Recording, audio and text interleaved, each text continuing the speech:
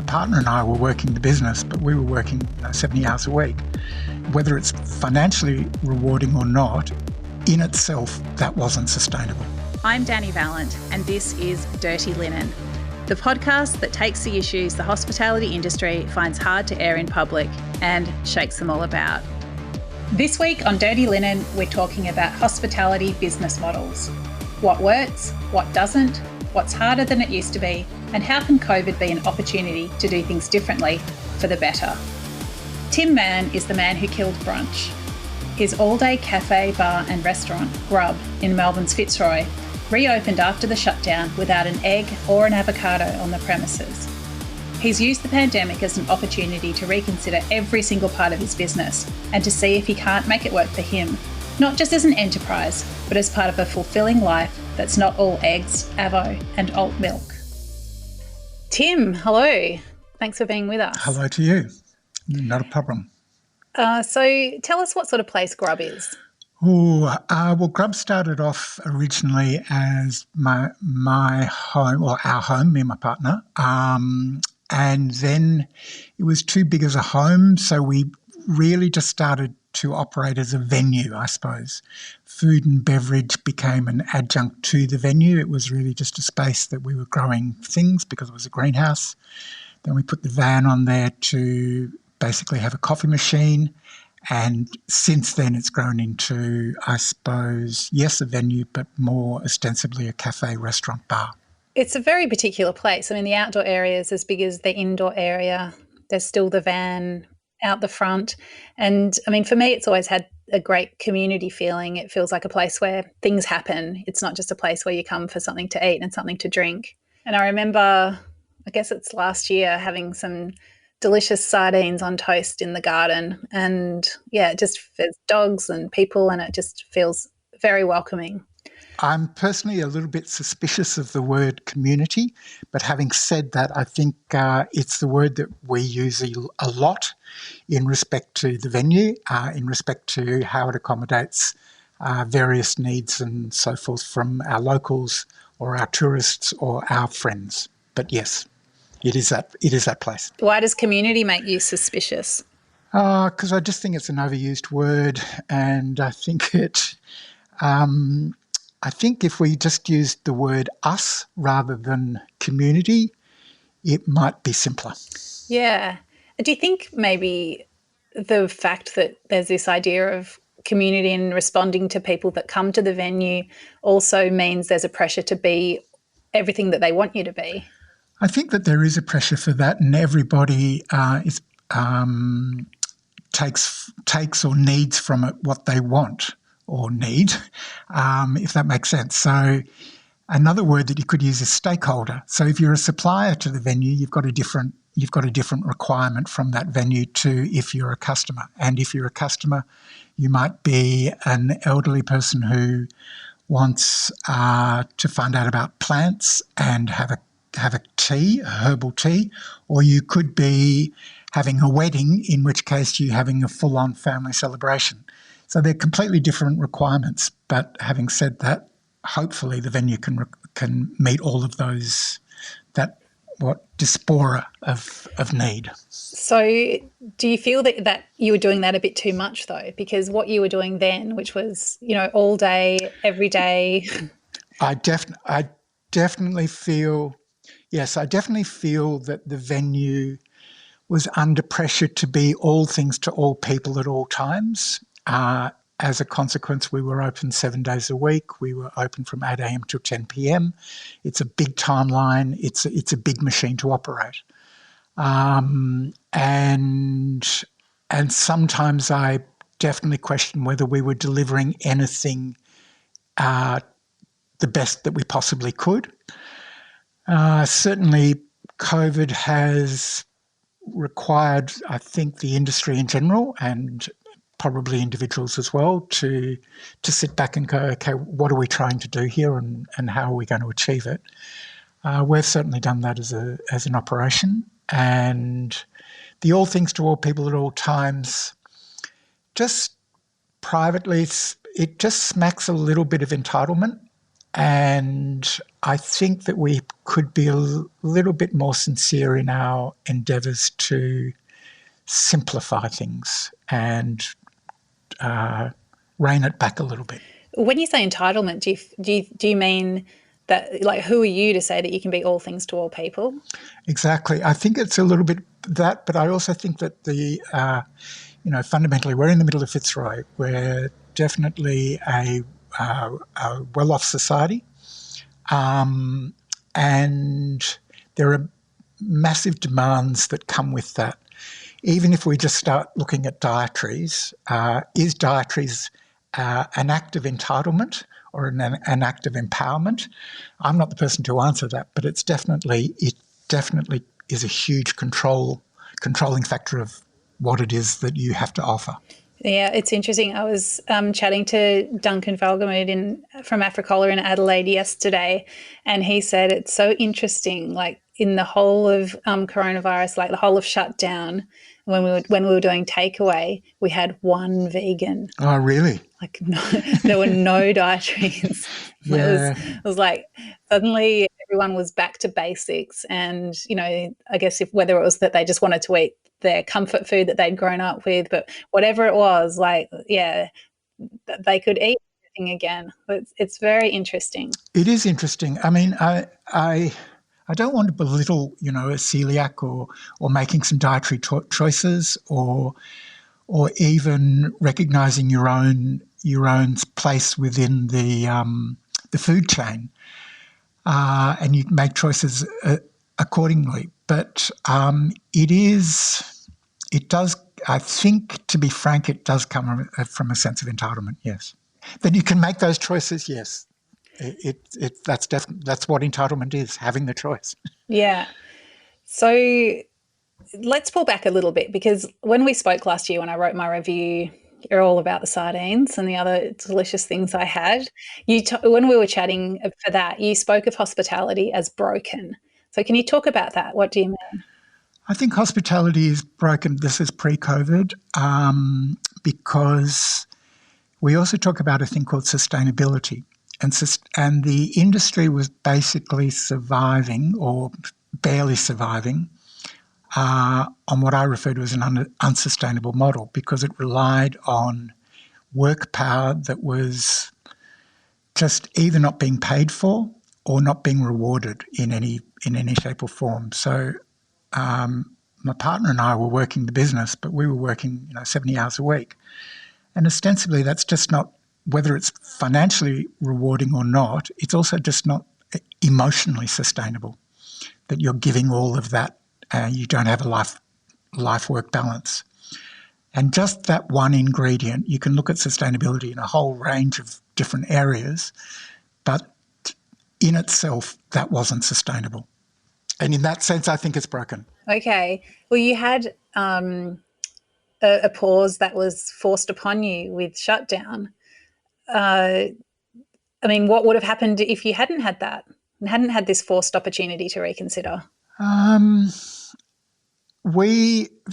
In terms of Grub, we're very seasonally based, which means that we force the pause anyway, meaning that before winter comes, we reorganise the menus, we do a different setup, and we decide on what hours we're going to be open. We decide what menu is going to be suitable for those hours and so forth. So indirectly, we're not a set and forget model. COVID was definitely a slightly different pause and a much stronger pause where we had to readdress, what it was that we're doing. But certain decisions that were being made, even in December, were more based about bushfires, was based about the business itself. In fact, what was working, what wasn't working. And COVID just forced a stop, and when we're still coming out of that. But I think any owner has to listen to the business itself and what it tells it, and hopefully move forward listening to it. Well, so what has the business told you during the pandemic? during the pandemic, the business said that it was too big. Out of the 26 staff that we had, we ended up with 4 on JobKeeper. As a result, we had to readdress our rosters. We have to readdress our offer. We have to readdress the hours of operation, all of those things, and we make decisions accordingly. Definitely, even before COVID, business itself, in terms of just bums on seats or income, was definitely down. And things like functions were down, whether that was because of bushfires or whether that's just because of the nature of the beast, I can't really know. But you have to, you're constantly feeding your animal, which is your business, as well as trying to manoeuvre it into the next water bowl. So what have you done as you've reopened? At the moment, we're currently only open for lunches. So we decided that we were going to concentrate on a particular time period, which is lunches. A lot of that had to do with the initial takeaway model, which is just sort of going, okay, what do people want to eat at lunch? And our window is only from 10 a.m. till 3 p.m. So it's a really short window. And we've got the staffing to accommodate that, and we've got the menu to accommodate that. So how many egg dishes do you have on the menu, Tim? We don't do any egg dishes actually at the moment. Oh, how many? How many complaints do we have? We do have complaints about. I wasn't going to ask that. That's so interesting. That's what you felt coming out of my mouth. I was going to ask you how many avocados you're smashing. We're not even smashing avocados. So at the moment, because we've eliminated this concept of we do talk about it. So we've eliminated the concept of all day. We've eliminated indirectly the concept of brunch, and we're trying to redefine, okay, what would a lunch look like? Which means, in fact, on our specific menu, we've removed eggs and we've also removed avocado. The two. And so you have had a few complaints? And we have had. I don't know that there have been complaints, but certainly when you're known for a particular thing and people have that expectation from your venue or from your site, and all of a sudden it's no longer there, yeah, there's some raised eyebrows and they go, okay, how are we going to navigate this area now? So I don't think we've had some customers that have walked out and they said, well, we really wanted our poached eggs. And we said, that's fine. Go somewhere else. And they've gone somewhere else. But otherwise, we've just had people who make decisions accordingly.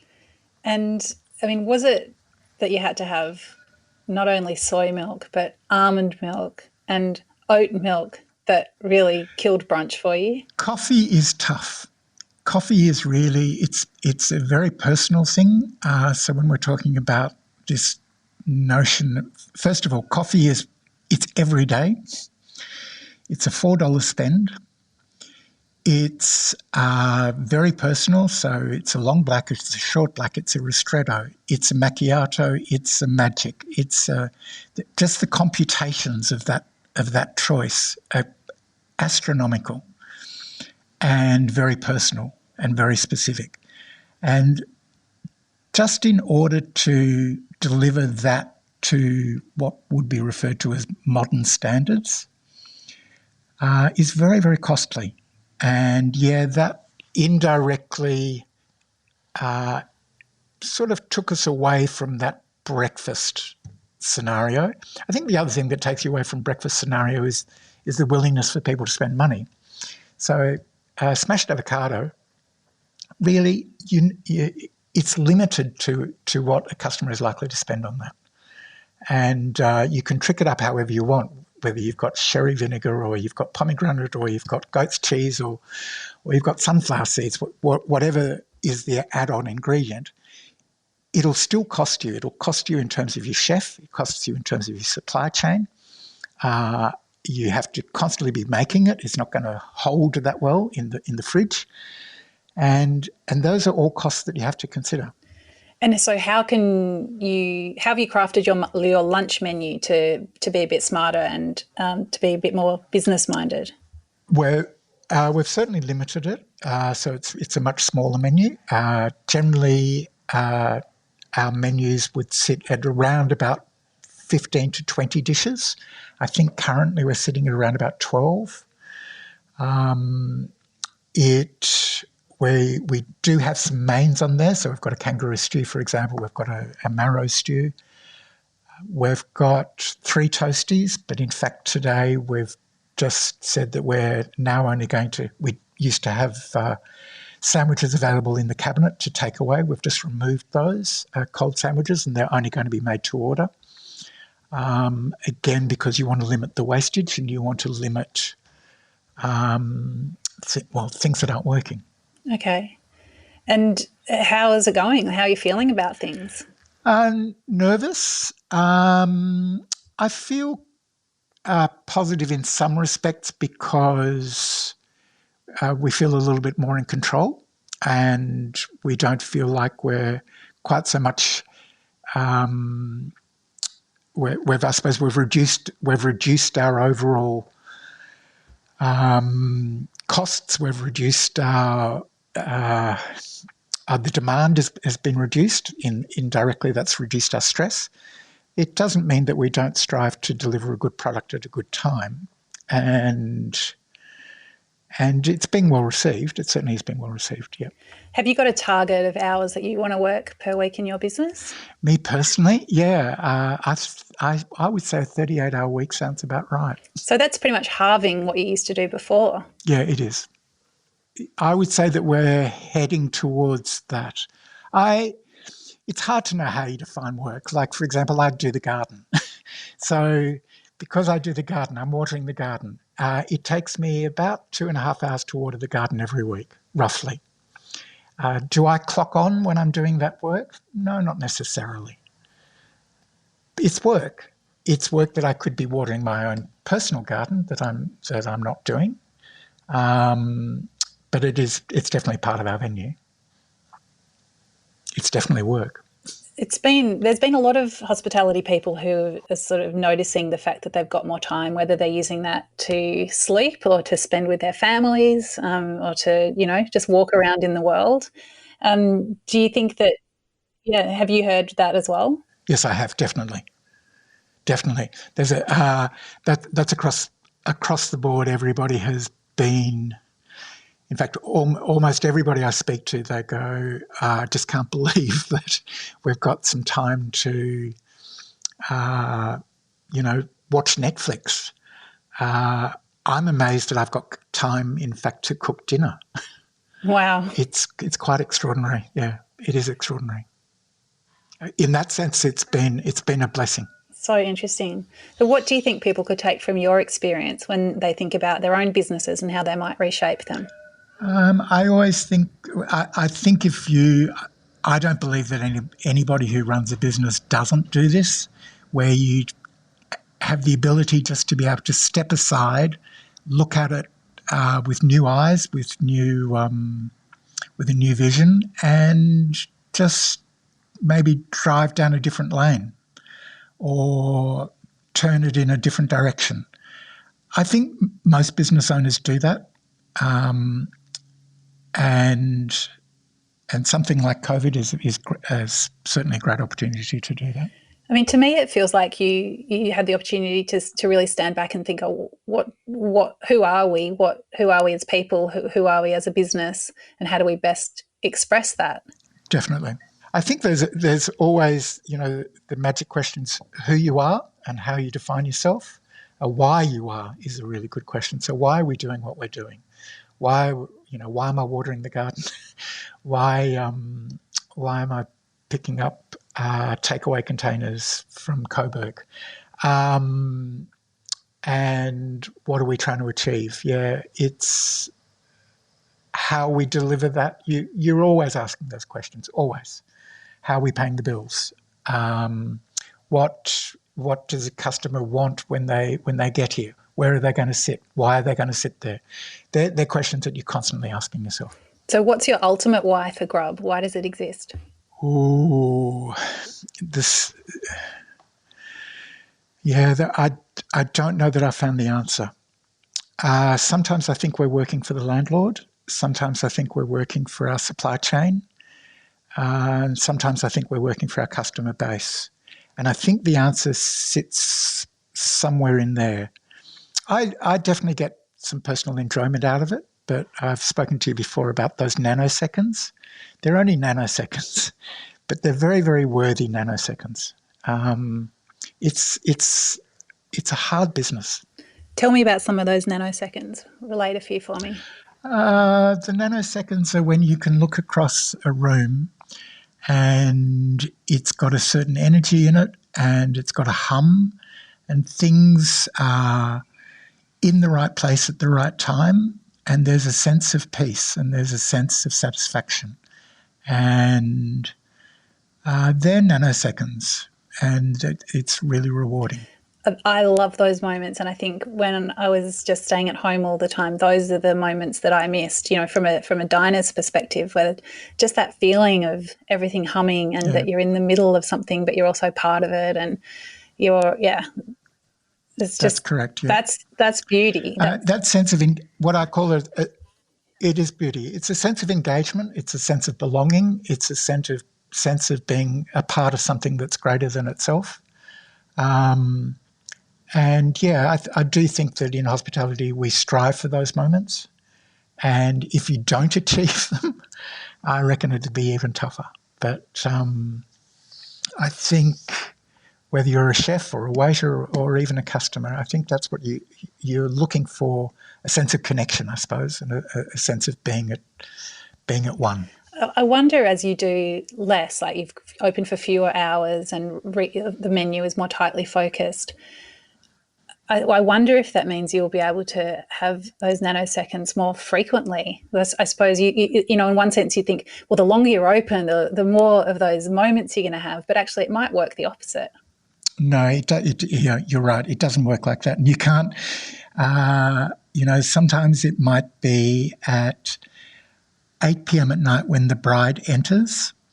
That moment is exquisite. It generally is. She's always radiant. She's always beautiful. There's a joy in the space that is, I have to use the term, priceless. And that's very, very different to the feeling that you might get at 11 a.m. when the place is buzzing and everybody's settled eating their smashed avocado. The nanosecond still exists, but they're slightly different. And you can't sort of, in our particular venue, I don't think you can necessarily say that one nanosecond is of greater value than another. What I can say is that you try and reach a balance in your offer, definitely. Beautiful. So are there any broader changes you could see happening in society or the hospitality industry or in terms of government regulations that would help hospitality businesses thrive? We're part of a very big picture. The reality is retail is going through massive structural change. Hospitality is fundamentally retail and is going through that change.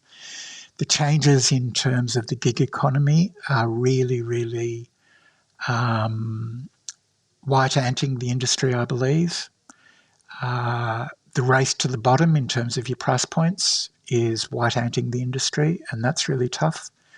And you've got a housing market or a commercial rental market that doesn't seem to have be based on that economy.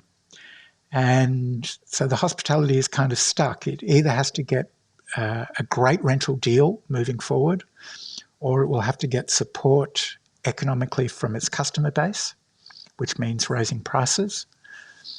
I don't know what the outcome is going to be. I do know that it's not going to be easy and that a lot of people will not survive it. Yeah, it's definitely tough yards coming up. Yeah. It is tough, yeah. It's, the degustation menu at $300 a head, I can see that there's potentially still a market for that. And there's no doubt that there's a growing market for a bucket of nuggets and chips, where you can feed a family for $3 a head. Even if you're going to a nursing home, your bottom line meal sits at around about somewhere between $6 and $8 a unit. Hospitality is part of that market, and that's hard. You're somewhere in between the $5 a head to the $300 a head. It sounds like a pretty broad playing field, but I think what you've done in terms of focusing your offering, deciding what you're not as well as what you are, is probably key to finding a place in that landscape. Hopefully, yes. I don't believe that I've found the solutions yet, but we're certainly working towards it. And we are definitely trying to simplify every aspect, even in terms of our supply chains. I think we've got something like, certainly 100 suppliers or something. You've got your mushroom supplier, your black garlic supplier, your egg supplier, your pork supplier, your kangaroo supplier, all of those elements. And that's just, that's tough on a business. And it's expensive. If you can simplify it. But you simplify it without blanding it out. Exactly. You don't want to bland it out though, do you? No, you definitely don't. So again, it's that balance. Yeah. I always go for a line of personal integrity or sincerity or making some ethical choices. And every decision, you have to think about it. You just do. It's the nature of the beast. Yeah, you've got to be able to stand behind what you're doing. I think you do. Well, yeah, I think you do. Even if you're in McDonald's, I believe you do. So, Tim, when I come in for lunch, what should I have? Oh, good question. Today I actually had the kangaroo stew. The kangaroo stew, it's a sweet dish. It's cold outside. We've got the fire going, and it's served with some saffron potatoes. It's a single bowl meal. It's warm. It's yummy. That's what I had. That sounds so good, and I can have a glass of wine with it, can't I? Yes, you can have a glass of wine with it. All right. Thank you so much. I'm looking forward to the kangaroo stew, and it's really fantastic to hear your perspective. I love the way you think about the industry, and certainly wish you all the best with the ongoing project of shaping Grub. Okay, thanks so much, Dani. This is Dirty Linen, and I'm Dani Valent. We air the issues that the hospitality industry finds hard to talk about. We spend a week thrashing around each issue, hearing from different people with unique perspectives. We want to hear from you as well. If you have something that needs to be said about a topic, get in touch so we can include your perspective. Contact us at dirtylinen@deepintheweeds.com.au or hit us up on Insta at Dirty Linen Podcast. We can't wait to hear from you. This is a Deep in the Weeds production.